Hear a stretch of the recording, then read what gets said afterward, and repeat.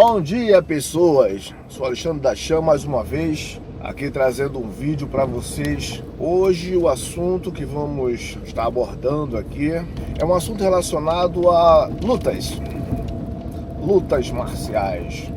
O que é que acontece? Muitas pessoas acabam me procurando e me perguntando qual arte marcial que eu tenho preferência. Às vezes até mesmo para treinar, ou às vezes para colocar um filho. Eu não sei se boto no jiu-jitsu, no muay thai, no kickboxer, no vale tudo, MMA, enfim. São diversas pessoas que estão sempre fazendo essas perguntas. Vou repetir para os senhores da mesma forma como eu falaria para qualquer pessoa. Eu vou me ater apenas às artes marciais no qual eu tenho formação e no qual eu realmente conheço. Não vou falar das outras que eu não conheço. E a minha experiência veio através de uma necessidade. Eu tive, antes de tudo, uma necessidade. Eu não vou falar neste vídeo todo o decorrer da minha infância, como foi, mas eu posso dizer que eu tive uma necessidade de aprender uma arte marcial, e no qual eu comecei muito cedo conhecendo um pouco de Kung Fu. Depois eu passei a praticar o Muay Thai. Fiquei no Muay Thai durante uns 3, 4, 5 anos praticando Muay Thai em competições, até me tornar campeão brasileiro. Mas intermédio a isso, eu sempre pratiquei o Kung Fu. Sempre treinei o Kung Fu até me tornar professor faixa preta em Kung Fu, estilo Shang Chuan, Punho Longo. Eu treinei um pouco Kung Fu em Recife, Pernambuco. Lá tinha várias escolas na época, há 20 anos atrás, de Shaolin do Norte, Shaolin do Sul. Não tinha o Shang Chuan ainda, o Shang Chuan eu aprendi aqui no Rio de Janeiro. Daí por diante fui mesclando um pouco do Kung Fu, um pouco do Muay Thai. E tem outros segmentos também que eu pratiquei, porém não me tornei professor, faixa preta, não cheguei a me formar nessas outras marciais, porque quando eu menos esperei, eu já estava dando instrução em unidades militares, a exército, aos fuzileiros navais. Então eu não tive mais tempo de me dedicar a uma outra arte marciais, tipo que eu digo, vindo do zero ao final. Conheci um pouco do Hapkido, treinei com muitos mestres, alguns amigos, treinei um pouco do Jiu-Jitsu, treinei um pouco do Vale Tudo. Quando eu tô falando que treinei um pouco, tô dizendo que eu cheguei a praticá-los, mas a nível de conhecimento para poder utilizá-lo, a nível de estudos e conhecimento para a formação dos militares. Porque imagine, chegar dentro de uma unidade para dar treinamento e você ali tem à sua frente 30, 40, 50, às vezes até 80 homens em processo de formação militar, e todos eles praticavam. Essa é a grande variedade. A parte boa do Brasil é que todo mundo sabe lutar hoje em dia, todo mundo pratica uma arte marcial. Então imagine uma pessoa para dar instrução dentro de uma área militar ou policial, e você chega dentro da unidade e todo mundo já pratica alguma coisa. Então o seu conhecimento não pode ser limitado. Você não pode se limitar ao seu jiu-jitsu, você não pode se limitar ao seu Kung Fu, ao seu Muay Thai, porque em todas as lutas marciais ela existe uma falha, né, que não serve para determinada outra coisa. Vamos dizer assim, sim, também pratiquei um pouco do Taekwondo, né, com outros mestres também. Cada luta, ou ela é esportiva, ou ela é mais para apresentação, ou ela é mais para pontos de definição em defesa pessoal. Então cada luta ela tem uma variedade e uma determinação para o seu uso. Então eu não podia, eu entendi isso logo no começo, ainda bem. Eu entendi logo no começo que eu não podia ensinar defesa pessoal, por exemplo, ou combate militar, que era o caso, na formação dos militares, do exército e dos fuzileiros navais. Eu não podia ensinar, por exemplo, o Kung Fu. Não podia ensinar limitadamente o Muay Thai. Eu tinha que saber mesclar, porque você sabe que a defesa pessoal, ou você pega o grosso de uma determinada arte, ou você pega a parte sutil de uma determinada arte, e daí, em toda arte marcial, ela tem a sua defesa pessoal, e daí você tira, né? E daí você tira a sua parte que seja eficiente para a defesa pessoal. Estou explicando apenas a nível de vocês entenderem, porque eu fui obrigado a caminhar nessas lutas, nesses processos marciais. Quando as pessoas vêm até a mim e perguntam qual é a minha preferência entre todas elas, eu sou bem claro que falo sobre a minha necessidade. Eu tive uma necessidade de aprender artes marciais logo cedo, né? E começou pelo Muay Thai e o Kung Fu, basicamente, porque o Kung Fu era o mais fácil de se encontrar. Era mais fácil de encontrar, que eu digo, porque em qualquer lugar se via filmes de Kung Fu, filmes de Bruce Lee, e era fácil aprender, porque o Kung Fu, ou digamos, qualquer arte marciais, somente em você observar, se você tiver uma mente criativa boa, só em você observar e prestar atenção em determinados detalhes, porque os detalhes da arte marcial está na transmissão do mestre. Às vezes, uma pequena palavra que o mestre transmite para você, aquilo é o foco, é a sutileza marcial. Muitas pessoas acham que é a luta em si, não é. O segredo marcial é a coisa sutil que o mestre te passa em segredo, ou ao pé do ouvido. Então, indo por essa linha de pensamento, eu comecei a ler coisas sobre Kung Fu e tal, ver muitos filmes de Kung Fu, e daí eu fui aprendendo sem um mestre. Eu treinava no fundo de quintal de minha casa, mas isso vai ser uma outra vez que eu vou explicar para vocês como eu treinava sozinho minha arte marcial. Mas depois uma pessoa me viu treinando e acabou me levando para aprender Muay Thai. Na verdade, ele não me levou para aprender Muay Thai, me levou para conhecer uma academia de Muay Thai, que era em Pernambuco, Recife. Eu já expliquei a minha descendência, minha origem em outro vídeo, no primeiro vídeo que eu fiz. E em Pernambuco eu fui conhecer a Federação Pernambucana de Pugilismo, onde lá existia o boxe tailandês. Na época não se falava em Muay Thai ainda. Muay Thai era uma coisa assim muito distante. Só se falava em jiu-jitsu, boxe tailandês, algumas coisas sobre judô e tal, mas ninguém falava muito sobre a palavra Muay Thai. Embora, e kickbox, né? Kickbox principalmente, porque os filmes de Muay Thai de 15, 20 anos atrás, mesmo sendo Muay Thai, recebiam um nome nos filmes de kickboxer ou full contact. Então foi daí por diante que eu tive meu primeiro encontro com o Muay Thai e comecei a praticá-lo. E me levaram para campeonatos diversos. Rodrigo Coutinho, que era o presidente da Federação Pernambucana de Pugilismo na época, existia uma equipe formada por 8 lutadores, cada um era de um nível de peso, cada um tomava conta de segurar ali o seu lugar, no seu peso ali e tal. Tinha o meu mestre ligeiro, que no caso era eu, tinha peso leve, tinha um demônio negro, que no qual era um guerreiro, faz muitos anos que eu não vejo falar mais nele,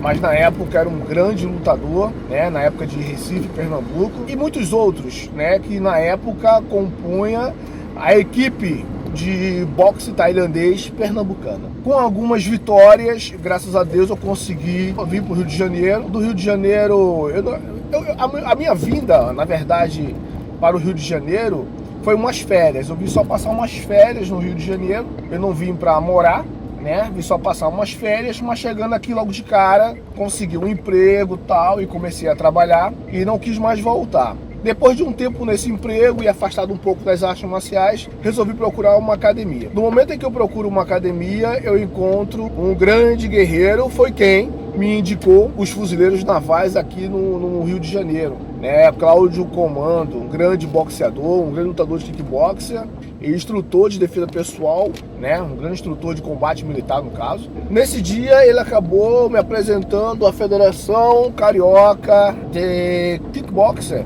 e foi quando eu comecei a frequentar algumas competições. Com isso fui para São Paulo e me tornei campeão brasileiro.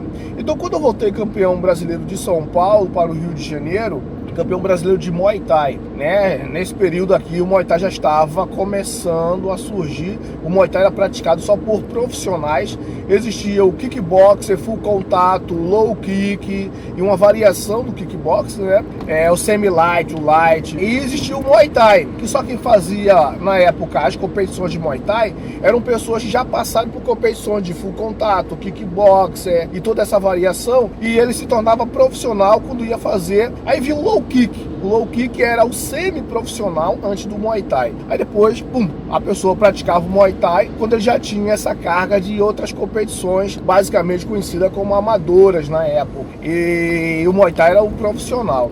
Então eles me jogaram na luta Muay Thai logo de cara.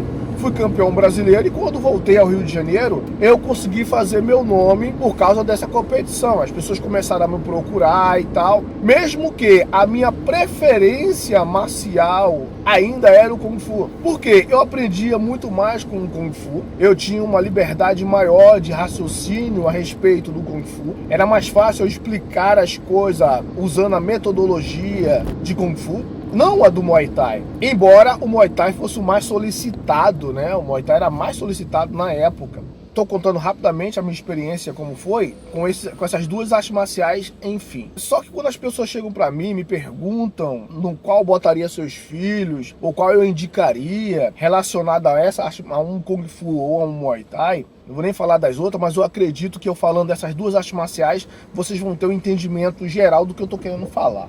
Eu costumo dizer que, para todo mundo que me pergunta isso, o seguinte: existe a arte marcial demorada, que faz com que você aprenda as coisas lentamente, devagar, porém, você cria uma consciência marcial, que eu acredito ser o principal foco e objetivo de quem quer praticar uma arte marcial, ou na verdade, o principal objetivo da existência destas artes marciais. É que o que você cria uma consciência marcial do que você vai passar a possuir na sua mente e no seu corpo. Porque, se tratando até naquela ideia da arma branca, né, da arma em si, o nosso próprio corpo, ele sendo treinado, ele é uma arma, ele se torna uma arma realmente. E às vezes muito mais perigosa do que uma faca ou qualquer coisa parecida, porque ele é invisível. Uma pessoa pode ser muito simples, não ter aparência de luta nenhuma, e de repente o cara sabe um Krav Maga, de repente o cara sabe um jiu-jitsu, e vocês sabem que não existe essa coisa de músculo, de grandeza. Você pode ser grande, você pode ser muito franzino, e se você tiver se você detém o conhecimento dessa arte marcial bem, você simplesmente passa por qualquer situação. Eu costumo dizer que a arte marcial demorada, se tratando do Kung Fu, um exemplo bem rápido: um lutador de Kung Fu, ele está preparado para um combate real em 2-3 anos. 2-3 anos de prática, de treinamento. Um lutador de Kung Fu, ele pode disputar um campeonato. Isso eu estou dando uma visão rápida, tá, gente? Não estou dizendo que isso tem lutadores que nunca praticaram nada e pode começar a lutar o Kung Fu hoje, daqui a 3-4 meses já está indo em competição. Mas eu estou dando uma média para vocês entenderem a linha de raciocínio. Um lutador de Kung Fu, para ele se tornar confiante e lutar em uma competição, por exemplo, vamos supor que ele vai disputar um Wushu ou um Koushu, ele vai disputar nessa linhagem de Kung Fu. Para ele estar preparado, ele tem que ter basicamente 2 a 3 anos. Eu estou sendo bem razoável com isso.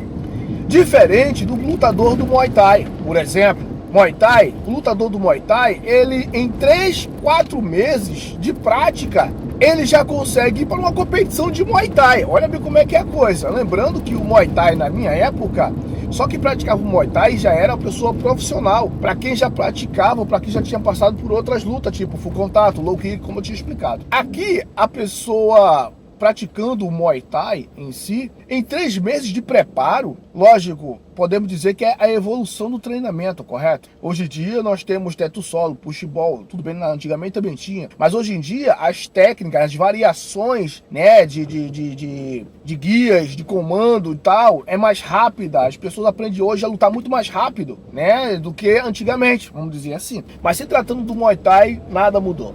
O Muay Thai sempre foi um aprendizado rápido. Por quê?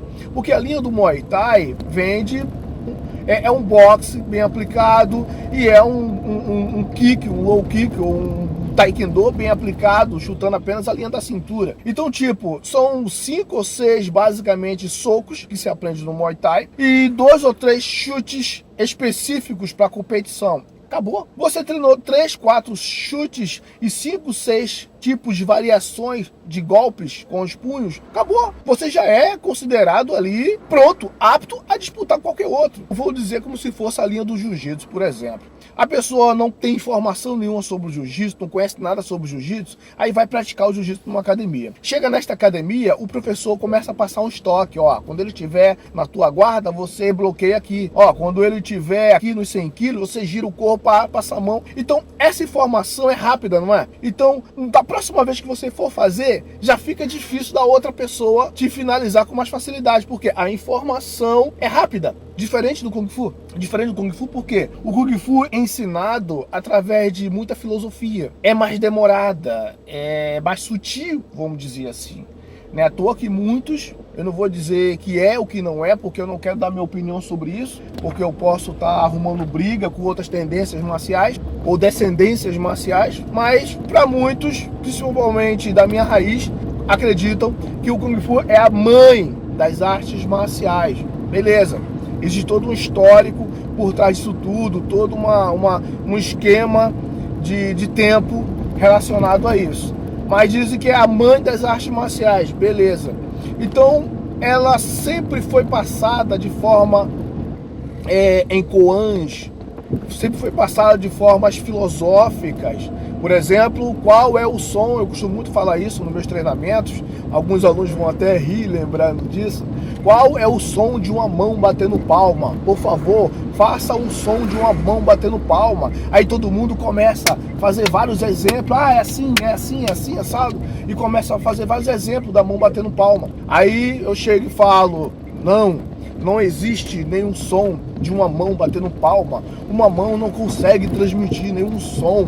Então, o silêncio é o verdadeiro caminho das artes marciais, o aprendizado em silêncio, a meditação, a concentração e tal. Então tem toda essa coisa que o aluno demora a entender de certo ponto. Porém, há uma grande diferença. Aí que está a problemática da coisa. Não quer dizer porque um aprendizado é demorado, ele seja ruim.